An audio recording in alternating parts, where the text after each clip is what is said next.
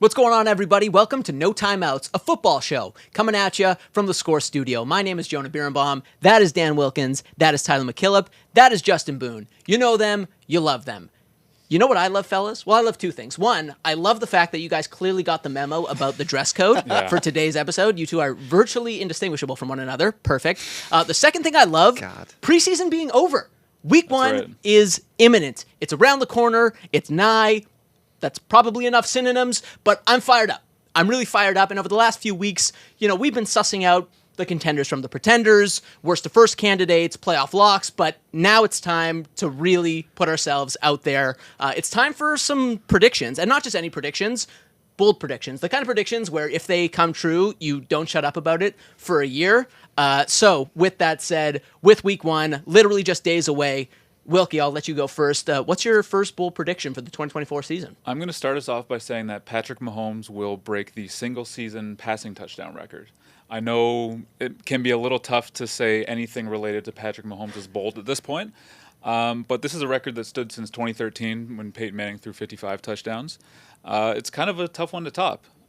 Patrick Mahomes did come close in his first season as a starter, throwing 50 in 2018. That is absolutely ridiculous to do in your first season as a starter. Why hasn't he come close again since?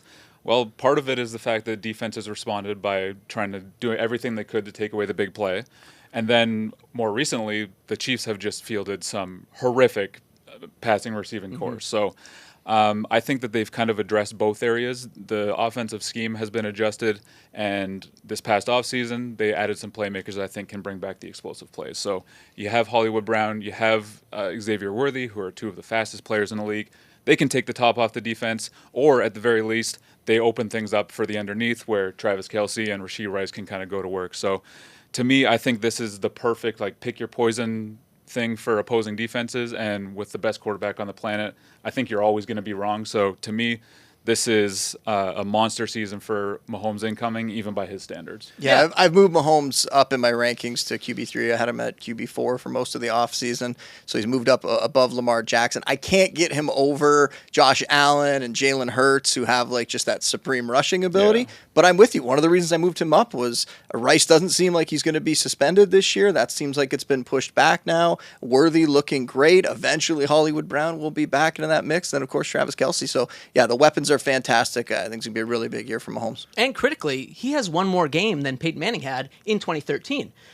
On one hand, 56 touchdowns is so many touchdowns. That's an average of almost 3.3 per game. On the other hand, he's Patrick Mahomes, right? He is so singular in his accomplishment. He either owns or is seemingly on his way to owning every single record that a quarterback can have. Fastest to 20,000 career yards, fastest to 200 career passing touchdowns. Why wouldn't he also claim this record? And as you guys pointed out, the weapons are there for him to do it. I like that call. T, what do you got? Bold prediction. Yeah, I'm going to go negative. I don't want to be negative. Hopefully, if we can, I can give another one that's not as negative, but I'll be the one to be negative. I'm going with the Saints to have the worst record in the league this year. I think this roster is super underwhelming, and they have a ton of holes, and it starts on the offensive line, which I think will be the worst in the league. They're taking Trevor Penning, who they took late in the first round, 2 years ago, that's been just a monumental bust, and they're moving him from left tackle to right tackle, and they're taking Talise Fuaga, who they took in this year's draft, who a lot of teams projected to be more of an interior, potentially play at guard. They're taking him from right tackle in college to left tackle in the NFL. Eric McCoy's been very good for them, very steady, so the center spot is good. Lucas Patrick was with the Bears, and he's a veteran in the league that was really, really poor for them, especially in the run game. And then Cesar Ruiz has been very underwhelming the last 2 years since he's aged. So I think this offensive line will be terrible. I don't trust their run game with Kamara and, a little bit of Jamal Williams to be able to take the pressure off of Derek Carr in the passing offense that is also pretty underwhelming outside of Chris Olave. And then defensively, this team is really old at a lot of key spots. Tyrann Mathieu, 32, 33 now in his mid-30s. Marshawn Lattimore struggled to stay on the field the last couple of years as well, and they're really underwhelming at the edge rusher spots. I have a lot of concerns with this team. I know there are a couple of underwhelming teams in the Bucs and Panthers, potentially for them to be able to play a couple times a year, but I honestly think both those teams could be better than them, and there's a chance we see Spencer Rattler at some point this season, and Dennis Allen losing his job too. So I think the Saints are in for a really rough year, despite believe their win totals sitting at about 7.5. I don't think they're getting anywhere close. I think 4 or 5 wins are really on the table for this roster. Yeah, that would be a horrific season, especially when you consider the situation that the Saints are in now, right? Like, they've been pushing money to the future year after year after year to double down the roster, resist the rebuild, and to come out and be the worst team in the league when you're in that situation and have no clear way out of it for a couple of years yet. That would be rough. Yeah, absolutely. I mean, sorry, go ahead, Justin. I didn't have anything. Also, I think that's the first time you've ever called me Justin, too. we don't stand on ceremony. You know? You and I we're on a first name basis now after a decade of working together. But no, it would constitute a staggering drop off. This was a winning team a year ago that finished 7th in the NFL in point differential. But Tyler, I think you nailed it. Underwhelming is the word that defines this roster. They are as mid as any team gets, and it wouldn't be surprising if a team in Carolina with an ostensibly promising young quarterback took a step forward, usurped them in the standings, and Tampa Bay is kind of hanging around sort of in that same tier. It wouldn't be surprising, but it would constitute, obviously, a huge, huge drop-off for New Orleans. Booney, what do you got? I like that the assumption, though, is that I'm going to chime in after everyone talks. That's kind of where we've gotten to on the fourth episode. Yeah, usually it's hard here. getting you to stop that talking. That means he agrees, it seems like. It's true. I let that one go because, I'm in agreement. For me, my first bold prediction here, Dak Prescott wins MVP. So he's like 9th or 10th, I think, right now in odds. If you look back to last year, Lamar Jackson, he won it. Who had the second most voting points? It was actually Dak last season, right? And the big reason is because after those first 5 weeks, the Cowboys figured out their identity. They started to throw the ball a ton. So from week 6 on last year, Dak Prescott was leading the league in passing yards. He ended up leading the league in passing touchdowns. If you take those numbers and you extrapolate them over 17 games, he had 44 passing touchdowns. So I'm expecting that we're going to see him come out this year. They're going to continue the same way last year because they have the same weapons. They have the same passing attack, and yet that backfield has gotten much worse, and I think we'll probably talk about some changes in that backfield a little later in the show. But now they don't have a backfield that they can rely on. That means they're going to have to pass even more. This is a Cowboys team that I've talked about as pretenders, who I think once they get to the playoffs, they're going to fall apart. I'm expecting that that's going to happen again. But regular season-wise, it's a team that's going to win double-digit games. Dak is going to go out there and have a really big season as long as Patrick Mahomes doesn't set the passing records, because then he has no chance. See, look, I love it. I have kind of been calling for Dak to win MVP for years now.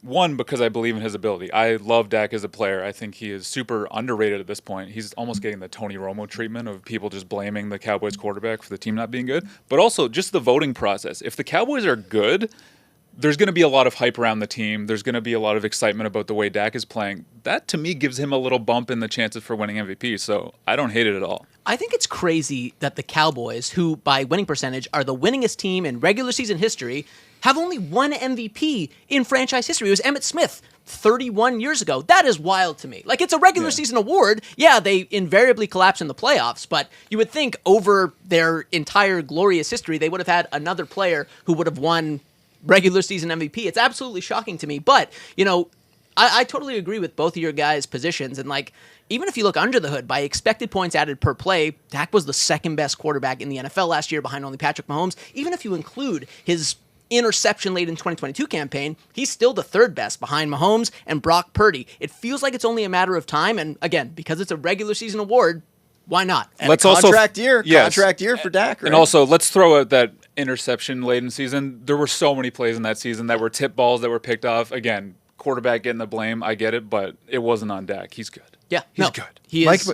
Mike McCarthy's also, this is a word I like to use, it might shock you guys, is a fable artist. I remember you probably paid attention to it before the season. I remember McCarthy talking about, we're going to establish the run. I want to take the pressure off my defense. He says that year over year, and it never comes to fruition by the end of the season. Yeah. If this team wants to make the playoffs, Dak is going to have to be like the linchpin to make that happen. I don't know, man. Maybe they'll establish it this year with Ezekiel Elliott and a gentleman we'll talk about a little bit later. Yikes indeed. Wilkie, you're up. Another prediction, man. Okay, so I really wanted to touch on Josh Jacobs here, and my first instinct was to say he's going to lead the league in rushing. But the more I thought about it, the more I realized that doesn't do justice to what I think he could be in this Packers offense. So I'm going to veer into Boone's lane a little bit here. Oh, God. At the risk of being dunked on incredibly, and say that he's going to finish the season as the overall RB1 in fantasy. Where's he going right now, Boone? He's going around like RB10, RB12, sort of like end of the third round. That is insane to me. He is a huge upgrade over Aaron Jones in his running style, which I think you'd agree is a very unique blend of vision, elusiveness, and physicality. I think that's going to be such a cool fit in the Packers offense, especially when we get to those cold weather games and he's their closer. He does his job in pass protection, so he's not coming off the field. And, you know, the big thing here to me, and the big part of his fantasy ceiling, is that I think he's a much better receiver than anyone has ever really given him credit for. I understand why people haven't watched Raiders games for the past 5 years. Just take it from me. I have been, and it wasn't my choice. He's one of the best running backs in the league to me, one of the few true workhorses. And, you know, he's still only 26 years old, and he's finally in a situation that I think is built to allow him to thrive. So to me, I'm expecting his most efficient rushing season yet, a ton of work in the passing game, and a whole lot of touchdowns for one of the best offenses in the league. Yeah, going to a much better offense. The competition is the thing that's kind of changed over the last few days, right? We didn't expect that A.J. Dillon was going to be placed on IR. There was a report even before cutdown day that their rookie that they really, really like, Marshawn Lloyd, that he was going to be placed on IR. That hasn't happened, but he has dealt with injuries. We don't know if he's going to be ready for week 1 or even the first couple weeks of the season. So it's going to be the Jacobs show early and probably often this year. Now, the thing for me, picking him to be RB1 overall, it's going to require a really big touchdown We're total. getting bold. Because he's going to have to overcome the CMCs and the Breece Halls and the Bijan Robinsons. Like, it's more about those guys and their talent and their projections that kind of keep him from being up in that range. But I'm actually not going to push back on this as much as you think. I've been a guy who has gone out and gotten Josh Jacobs at a discount in a lot of my leagues because that public perception on him has been low for years. Yeah. And I haven't really understood it other than the fact that a lot of people don't like the Raiders. Sorry, Wilkie. I can't blame him. So I understand. Again, just take my word for it. He is awesome, and he's going to have a great year. My concern is if this is because I think Aaron Jones over his career has been a super efficient runner. He's obviously struggled to stay on the field. I don't know if this is maybe they'll change with Jacobs proving that he can handle like a significant workload, but I kind of also feel like it's a LaFleur thing that he really likes to run a couple backs out there and not give anyone that entire workload. Because, I mean, A.J. Dillon, I thought, was one of the worst backs in the league last season, and he just continued to get the football and get opportunities. Now, Jones was hurt. They didn't have a ton of other options, so I just don't know if he can get the correct amount of touches if Lloyd and Dillon are available. Obviously, maybe even a month into the season. We'll see how long that lasts. Well, Dillon out for the year, but Lloyd should be back, I would imagine, within a couple weeks. And fantasy-wise, you want that like really, really deep sleeper. Emmanuel Wilson is the next backup who would be backing up Josh Jacobs in the first couple weeks. Not somebody that you're really going to start, but in really, really deep leagues, you could stash him. I will say, I think the point about LaFleur mixing backs is valid. He even did it back with the Titans when they were there and Derrick Henry. So I get that, but I would look at the contract situation here. The Packers are a team that doesn't really pay anyone, and then they surprised everyone, dumped the running back they did have in Aaron Jones, and went to go pay Josh Jacobs. I believe it was $44 million over 4 years. Whatever it was a significant running back contract. I think they're ready to just ride him, and it's going to be a big year. Wilkie getting us talking about the former Raiders back. It's the longest segment on the show so far. That's what I'm here for. I mean, obviously the Packers are clearly confident that Jacobs' wildly inefficient season last year was a function of being in the Raiders offense because he was 5th last in the NFL in rush yards over expected, and it's not like he faced an overwhelming amount of 8-in-the-box defenses. So, they're clearly hoping that it was Las Vegas and it was not Josh Jacobs that contributed to that pretty underwhelming 2023 campaign. T, moving on. What do you got? I want to make this quick because we talked about the Jags last week. I think Trevor Lawrence has a good chance of leading the league in passing yards. This is a number that last year he was a top 10 player, threw for over 4,000 yards. But I really think what the team did in the offseason really sets the precedent for this when they let Calvin Ridley go, who dealt with drops, who wasn't as effective as they thought he would be as a downfield player for them. They draft Brian Thomas, who's just a deep ball aficionado, like very well suits what Trevor Lawrence does really well, which he's been a fantastic downfield passer throughout his career so far in the NFL. And let's not forget that this is a team that was one of the worst in the league last year running the football. They didn't do quite enough, I think, to be able to have answers for that. They added Mitch Morse at center that maybe helps them run the ball between the tackles a little bit better. But I think this team's going to lean even more on the passing attack. This was a team already that was right around 9th or 10th, I believe, in pass rate, close to 60%. I think they're going to end up well above that 60% mark, and we see Lawrence and Thomas connect for a really big year. And Kirk's already proven to be a really good dynamic downfield target, even out of the slot. So I think you're going to get this offense being a little bit more pass heavy, and I think it suits Lawrence's skill set with the weapons that they now have, Gabe Davis included. So I think that there's a good chance Lawrence could throw for close to 5,000 yards this year if things break right for him. Yeah, 100%. They love to throw the football in Jacksonville. Since he broke into the league, he's 4th in the NFL in pass attempts. And to your point, that running game was putrid last year. It's probably going to regress positively a bit this year, but there's still going to be a passing forward offense. And that one seems plausible to me. People are seeing it on the screen too. He was top 3 in pass attempts of 20-plus air yards. So he is more than happy to push the ball downfield. So yep, absolutely. Boom, we'll let you close out this first segment. Last bowl prediction. This one hurts me as a Bills fan, but I got to say it anyway. I think the Dolphins are going to be the last undefeated team this year. And if you look back to last season, they went 5-1 early in the year. They tend to do pretty well early in the season. They got that weird thing where they bring teams to Miami and their opponents on the sidelines that has the sun, and they wear them down that way. They right? wear their white uniforms. Tricky move by them, baby. right? For sure. So if you look at their schedule this season, right, they have the Jags in week 1. They're favored in that game. It's at home. There you go. Then they're at home against Buffalo on a short week. The Bills are going to have to travel to Miami, right? So they have an advantage there. They don't have to leave home for that game. Then they have 10 days to prepare for the Seahawks and their first away game. I think they're going to be favored in that game. And then you look after that, it's Tennessee, it's the Patriots, very winnable games. Then they get a bye in week 6 so they can rest up and get healthy if they got any injuries or anything like that. They come back and, again, games that will be tough against the Colts and the Cardinals, but those are certainly winnable games, and that would put them into November and potentially 7-0, right? So I think they're going to be in that mix. And in my head, I can't get the vision out of it where those 72 Dolphins are cracking champagne against the 24 Dolphins losing a game, right? Like, we haven't seen that happen, I think, since like the 90s. So that's my bold prediction, even as a Bills fan. The Dolphins are going to start very hot. But if you look at that schedule late in the season, it gets very, very scary, right? 2 games against the Jets down the stretch, the Packers, the Texans, the 49ers, that Browns defense. Like, it's not going to be enjoyable for Miami in the last 6 or 7 weeks of the season, but I think they're going to start very, very hot. Yeah, I could realistically see them getting to that Packers game in week 13 undefeated still. I mean, maybe the Rams game before that. The Rams game is tough, but You think they're going to be Buffalo twice? I feel so different about this. It's not even funny. I actually think that these are those first 3 games, the Jags and Seahawks. I actually did a video yesterday that went out on our socials of predicting all the playoff teams in the AFC. Didn't have the Dolphins in the playoffs because I have major concerns about their offensive line being able to kind of replicate the 49ers offense, which is what McDaniel does, without very good protection. And they don't have Bradley Chubb, who I think they're going to miss for a while. Yep. Jalen Phillips, I saw, is working his way back, which is shocking to me because I'm pretty sure it was an Achilles tear that he had. I don't think they're going to be able to rush the passer. I don't like their offensive line. And the Jags and Seahawks, their 2 biggest deficiencies are probably their offensive lines, and I don't think they can take advantage of that.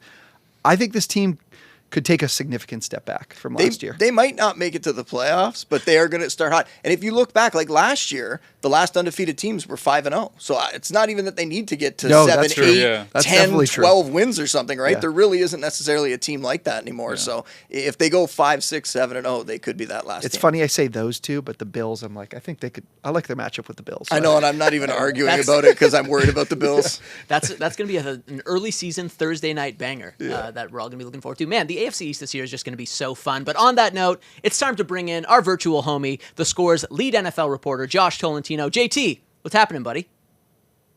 Hey, Jonah, guys. Always a pleasure to join you. Crazy to think the season's just 1 week away from Kansas City, Baltimore, then the Packers and the Eagles down in Brazil next Friday. But even before we get there, lots of news happening around the NFL. Happy to be on with you guys. Lots of news happening indeed. Let's break some of it down, man. Josh, one of the big question marks of the preseason has been put to bed. Ceedee Lamb and the Dallas Cowboys have finally reached a contract extension. It's going to make Ceedee the 2nd highest paid wide receiver in the game after Justin Jefferson. His holdout is over.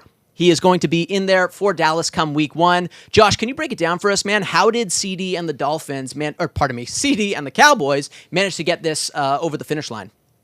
Yeah, Ceedee Lamb and the Cowboys. This was just an obvious move, especially obviously from the Cowboys' perspective. Ceedee is just so important to this team. The deal itself, 4 years, 100 up to 136 million with $100 million in guaranteed salary, like what you mentioned. That puts him just behind Justin Jefferson and also ahead of AJ Brown, who restructured and got 32 million a year earlier this offseason.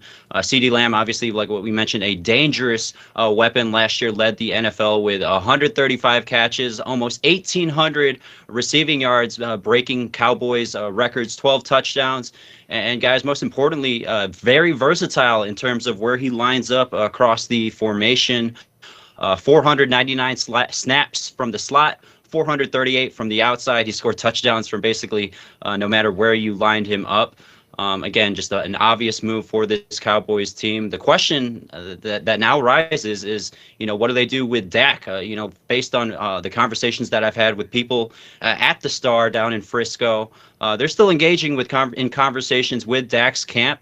He enters the final year of his contract, but from Dak's perspective, it almost seems like the longer he waits, he just wants to wait until next February, next March, when he can really cash in and maybe reset that quarterback market. But for now, he's got his top weapon, Ceedee Lamb, locked in down in Dallas. Yeah, and if Dak, as Boone predicted, wins the MVP, dude's going to cash in big time. But getting Ceedee signed was not the only bit of business that the Cowboys took care of this week. They also beefed up their running back depth, bringing in a former Pro Bowler in Dalvin Cook. What does this mean for the Cowboys offense, and what are your expectations for Cook going into this season, Josh? Yeah, I want to caution it a little bit. Dalvin Cook, a four-time Pro Bowler, 29 years old, the exact same age as Zeke Elliott. He does join the Cowboys squad. He's going to initially join via the practice squad, so that tells you right there, just to express some caution. Dalvin Cook last year was released by the Jets. He joins the Ravens, did not play in that playoff exit against the Kansas City Chiefs. And really, it's just going to be up to Dalvin learning the system now.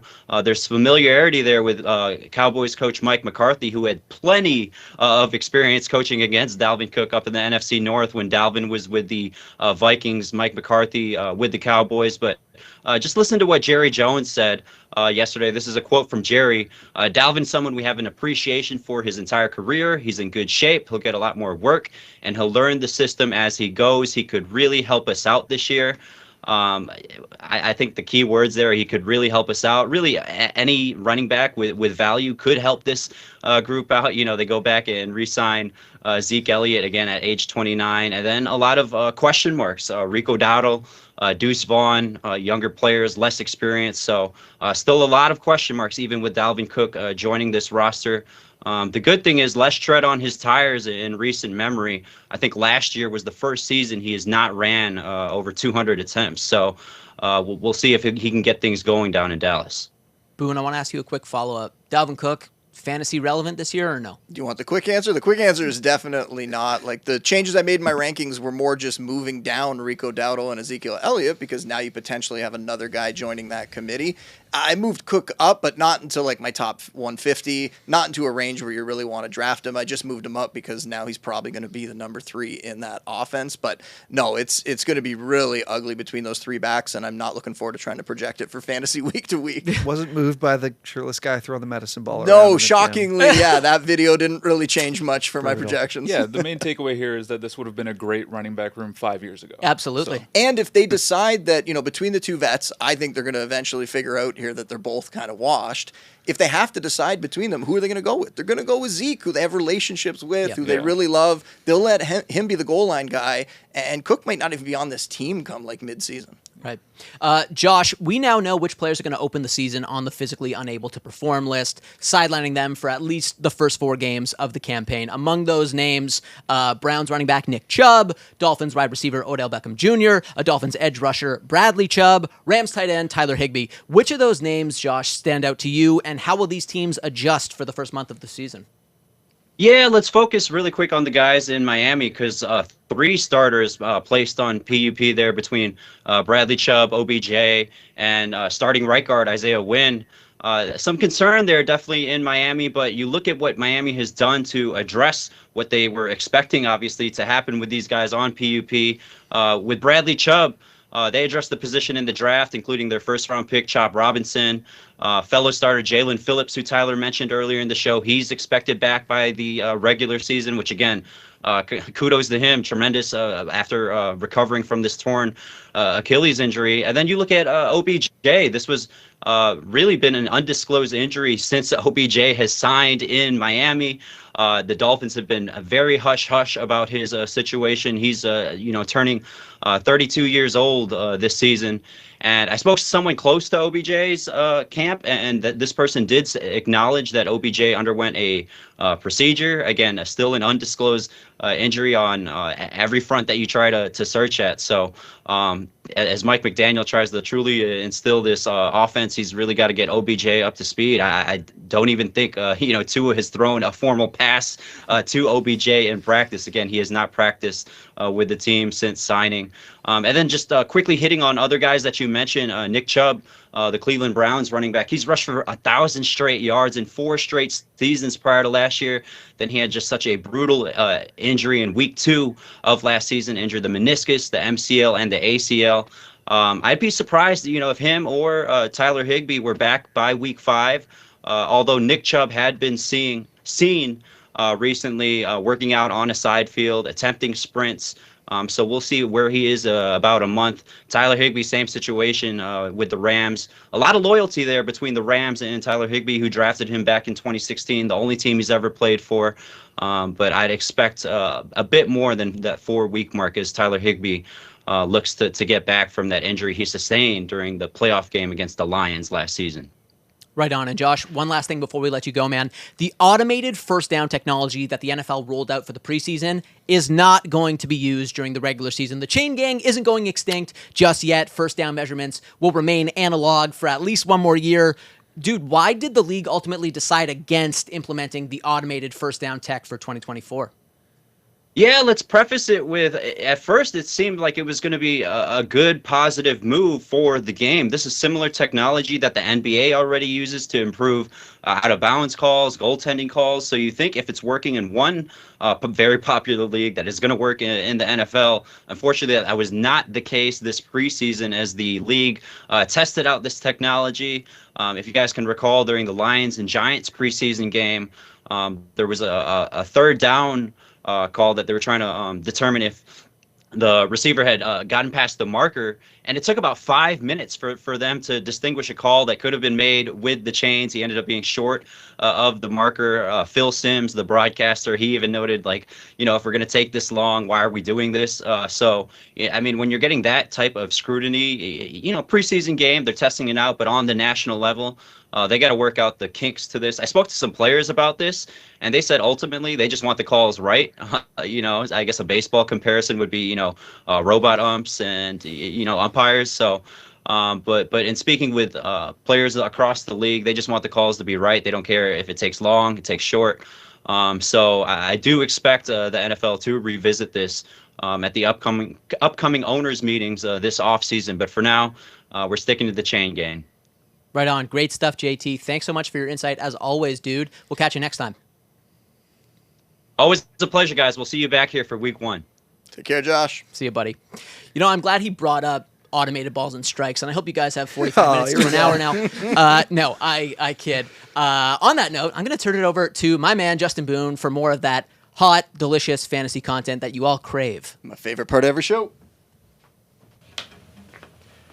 All right, so we've already gone over quarterbacks and running backs and wide receivers in the last 3 weeks. Now let's talk about tight ends. And the strategy here is very simple. I want one of the top 7 guys. You want a tight end that could potentially finish as the tight end 1 overall. Those guys have the best chance to do it. And there's a great analyst, I've had him on the Score Fantasy Football podcast, Andrew Cooper, Fantasy Alarm. He is sort of positioning himself as the tight end guru in fantasy. And when he came on the show, he talked about how last year in PPR leagues, all the tight end ones, all the top 12 finishers were either the number 1 or number 2 target getter on their team. That is as simple as it gets, right? You want to find a tight end that can get massive volume and who has that talent. Every single guy in that top 7 can come through for you this year. If I happen to not get one of those guys, The next guy up, and I'm going to talk about him a little more, is Brock Bowers. I think he is a definite breakout candidate, an elite rookie, but we'll get to him in a second here. Guys, Jonah, I know you mentioned this week that you were having your draft lottery, and just strategy-wise, I want to try to figure out how people can get help at home. So where did you end up finishing in that? Where are you going to be picking? 12th. Imagine that. The year after coming in last place, I got saddled with the last pick. That doesn't seem equitable. Here we are. No, it's going to be fine. You can definitely win from the 12th spot. But the reason I want to bring this up is because in traditional snake drafts, you might be locked in depending where you're picking. So if you're picking at the end of the round, for example, you're going to know that ADP-wise, who's going to be available. So for me, it's going to be Laporta and Kelsey around that 3-4 turn. You're going to have to consider one of them there. And then because you're picking at the end, it puts you in a really tough spot because you're going to have to go all the way back around. You're going to miss out on Andrews and Kincaid and Trey McBride probably if you don't take one of those guys at the 3-4 turn. So when it comes back around, you have to hope that a George Kittle or a Kyle Pitts are going to be available to you there. And honestly, in really competitive leagues, they might not be. So then you might have to consider some other options. But let's talk about some specific names here and kind of break it down. We'll start with the breakouts because I've been giving you two guys for the breakouts in every one of these episodes. One that's a little bit obvious, a little bit higher up the list, and then one that's further down. So let's talk about Dalton Kincaid on my Bills, a guy that I think has a great chance to finish as the tight end 1 overall this year. You look at what he did as a rookie, put up really good numbers, not a great touchdown total, but there's some reasons for that. But if you look at that offense from week 7 on last year, he was the tight end 11 in fantasy points per game. So we see rookies often start to break out as the year goes along. We saw better numbers from him in the second half of the season, and that was when Stephon Diggs and Gabe Davis and those guys were still there. Now they are out of the picture, and you don't really have a true number 1 receiver in Buffalo. They're hoping that Keon Coleman, their rookie, can become that guy eventually, but based on what we've seen so far from him, it might take a little bit of time for him to figure out how to win in the pros. They have Curtis Samuel, who I like a lot. He's sort of a weapon that they can use all around the formation, but he's coming into the season with turf toe. Is he going to be available in week 1? Is he going to be himself in the first few weeks because of that injury? And I like Khalil Shakir as well too, but also not a guy that I think is going to profile as a number 1 receiver in the offense. So Kincaid for sure could lead that Bills offense in targets this season. I think he's going to have a fantastic year. The other guy I already mentioned, and that's Brock Bowers, this elite rookie prospect who's kind of getting overshadowed because there's so many elite rookies in this draft class, talking about the quarterbacks, talking about the receivers. Well, Bowers also fits that bill, and he goes to the Raiders, and I know people often are down on the Raiders, Wilkie, but Bowers is a guy who's going to be used all over the formation. We saw that in the preseason. That was very exciting. The only thing to remember about him, he has a foot injury right now. He's missed about 10 days of practice, so we'll have to keep an eye on that injury to make sure he's going to be okay at the start of the season. But as long as he's out there, we've seen rookies in recent years put up pretty good fantasy stats. I think Bowers is going to be able to do just as well, if not even better this season. He's that kind of player. Now, if we go to the opposite side of things, the busts, and I always say the caveat that I'm not telling you completely not to draft these guys. It's just drafting them at their current ADPs, I think would be a mistake. And the first bust that I'm going to talk about here, Evan Ingram on the Jags. And you're going to say, Evan Ingram last year, he helped me win a fantasy title because over the last 5 or 6 weeks of the season, he was the top scoring fantasy tight end. Yes, he was averaging 15.2 fantasy points per game during that stretch. He was fantastic. And this year in the preseason, the final week of preseason action, he comes out, gets 4 catches, scores 2 touchdowns. Oh my God, he is in a great position to be a fantastic fantasy pick. But what was happening in those 2 scenarios? Christian Kirk was not playing. And if you go back to last year, over the first 12 weeks when Christian Kirk was healthy and in the lineup, Evan Ingram's stats were basically cut in half. He was averaging 7.5 fantasy points per game during that time. He was the tight end 14 in fantasy points per game. So I'm concerned that Christian Kirk being out there on top of all the other weapons that Tyler talked about earlier in the show, Brian Thomas Jr. there, having Gabe Davis there now, even Parker Washington has gotten a lot of buzz in the preseason and in training camp. They have a lot of other weapons. If there's not injuries, I'm concerned, guys, that Evan Ingram is not going to get back to that mark, and people are going to be drafting him like he is a potential top 5 fantasy tight end, even though I don't think with everybody healthy he's going to be able to do that.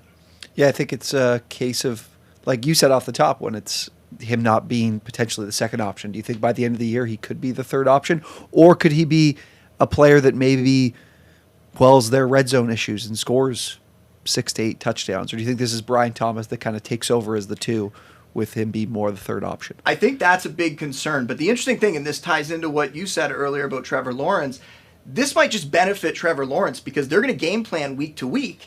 And some weeks that means that they're going to find Brian Thomas downfield for big touchdowns. Some weeks, Brian Thomas being downfield and pulling the defense and stretching them is going to allow Christian Kirk and Evan Ingram to work underneath. But the consistency, I don't think, is going to be there from Evan Ingram this year. I think they're going to just kind of rotate all those guys. But if Christian Kirk remains healthy, I do think he's a guy that could potentially put up a pretty good fantasy season. And we've seen that from him before over the first 12 weeks last season. He was a top 20 fantasy tight end. But this is the tight end episode. This is not the wide receiver episode. So let's keep going with tight ends here. One more bust I want to mention. And again, a guy who is a very talented player, Dallas Goedert on the Eagles. The problem for him is he has these 2 fantastic receivers on the outside, A.J. Brown, Devonta Smith. When those guys are healthy, it is so hard for Dallas Goedert to put up consistent totals. And now we have other options there, like Saquon Barkley coming out of the backfield. And even though they don't throw that much to their backs, Barkley's going to command some targets for sure. They trade for Jahan Dotson, who probably will end up being the number 3 receiver in that offense. So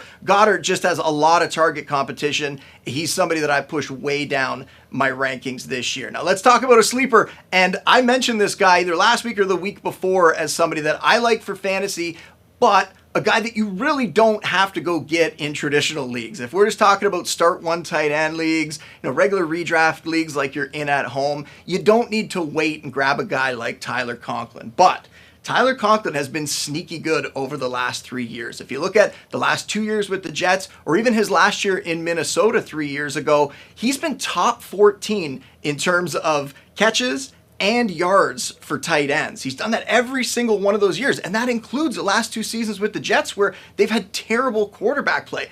The thing that's been missing for him, touchdowns. But now Aaron Rodgers is there. You hope that that offense and that passing attack is going to be able to do a little bit more than it did with Zach Wilson and Trevor Siemian and all those guys. And it's probably going to lead to some more touchdowns there as well. Rodgers has helped tight ends put up decent fantasy totals in the past, guys. So I like them a lot. I like that offense, that passing attack. We've talked about them a bunch on the show. I think Tyler Conklin is someone that people are overlooking. He goes really late or sometimes undrafted in leagues, and yet I think he could sneak into the low-end tight end 1 range. Yeah, I love this call. You and I have talked about Ty Conklin a lot, and I think that he could be a really nice sleeper at the end of your drafts. One tight end that I guess it's 2 tight ends that I wanted to ask you about, the situation in Green Bay. I think they can kind of fall into the sleeper category, but also maybe even the breakout category. I like both Luke Musgrave and Tucker Kraft. How do you see that situation playing out? Because there's not going to be 2 high tight end scores on that team that has a lot of playmakers. So who are you drafting? I know that you have best ball in mind because last week you asked a question that kind of tied into best ball. I think this, again, is one that ties in more to best ball because we're going to see Musgrave and Tucker Kraft involved in that offense. And with all the receivers, and we've talked about it, I mean, they have like 4 really good receivers in that offense. They have multiple good running backs, even though Wilkie wants to tell you that Josh Jacobs is the greatest running back in the NFL. They have Marshawn Lloyd, who is going to get some work there too. So it's going to be difficult for either one of these tight ends to really blow up unless we see an injury. And last year, that's what happened. Early in the season, it was Luke Musgrave starting, and then he got hurt. Later in the year, Tucker Kraft. And they were both decent for fantasy, but they're also just 2 different players. Luke Musgrave, a much more explosive player, kind of a rare, like, downfield tight end almost. I think they'll take advantage of that. And then Tucker Kraft, kind of more of that yards after catch sort of player. I think that's the area of the field that he'll work in more. I think they're both going to have good weeks. Honestly, in my rankings right now, I probably need to move Musgrave down a little bit. I had him a little bit higher, just as like a tight end 2 in the top 20, but that was because Tucker Kraft was coming back from an injury this offseason. Now Kraft is back. Really seems like both guys are going to be involved, so I'm kind of scared about having them in a traditional league, But in a best ball league, I think they're both really good picks where they're going, definitely. Boone, quickly, do you think that with the tight end position being a pretty rough one to manage fantasy wise, are you in any leagues where there's like a tight end premium? Would you recommend that for anyone that's starting in a new league to put any premium on tight ends? Do you prefer it?